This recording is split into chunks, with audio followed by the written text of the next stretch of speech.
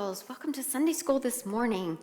And I hope you have your Bibles. We're going to look in the book of Numbers today. Yes, that's a book in the Bible, right? Genesis, Exodus, which we've been studying out of Exodus for several weeks, and then Leviticus, and then Numbers is the fourth book before Deuteronomy.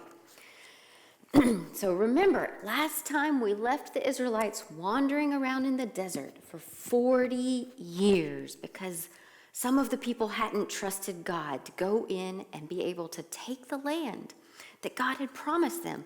And they had to wander around in the desert for 40 years until all of those people died, and then the children grew up and they would get to go in the land. So now here they are. They're back at the edge of the land and they're ready to go in and take it. So let's see what's happening in Numbers chapter 20, verse 2. The people didn't have any water, so they gathered together to oppose Moses and Aaron. They argued with Moses. They said, "We wish we had died when our people fell dead in front of the Lord. Why did you bring the Lord's people into this desert? We and our livestock will die here. Why did you bring us out of Egypt and bring us to this terrible place?" So good gracious, now they start to sound just like their parents had sounded before.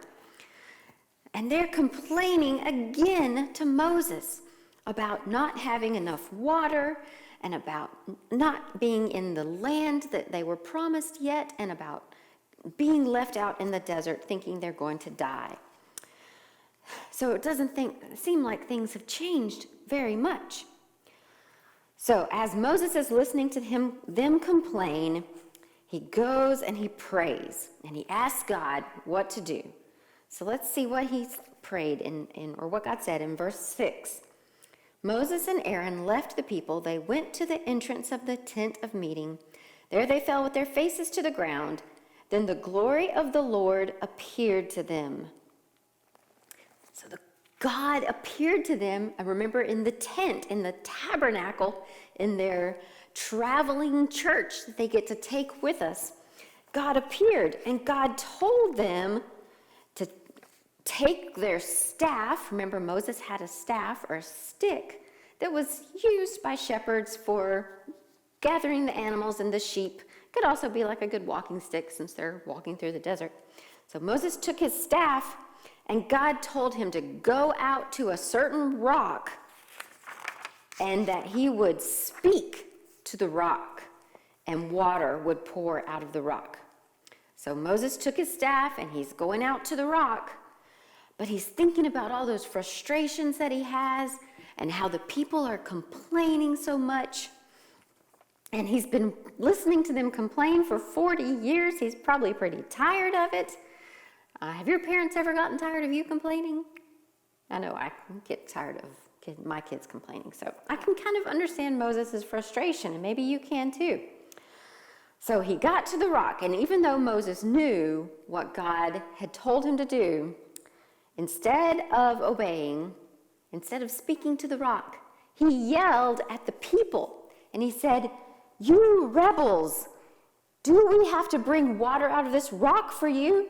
And then, instead of speaking to the rock, he hit the rock twice. And water did come out of the rock because God wanted to provide for his people. But God was not happy with Moses. So let's read verse 12. The Lord spoke to Moses and Aaron and said, "You did not trust in me enough to honor me. You did not honor me as the holy God in front of the Israelites, so you will not bring this community into the land I am giving them." Oh, poor Moses. He had been out there with these people, trying to lead these people, trying to keep them faithful to God for 40 years. And then, because of all this frustration, now he's disobeyed God, and now Moses doesn't get to go into the promised land. And that's really sad because he had spent so much time preparing for that. But God didn't stop loving Moses, and God didn't stop loving his people. God still gave the people the water from the rock because they needed it. And God was still going to take them into the promised land, but it wouldn't be by Moses. God didn't ever give up on them, though, even though they made so many mistakes. And just like Moses, we get frustrated sometimes. But instead of thinking about our frustrations, maybe we can try to think about all the things that God has done for us. Think about how God parted the Red Sea for the Israelites. And think about the good things that he's done in your life. And maybe help get rid of some of that frustration. And then you'll be able to obey God and follow him the way that he wants you to.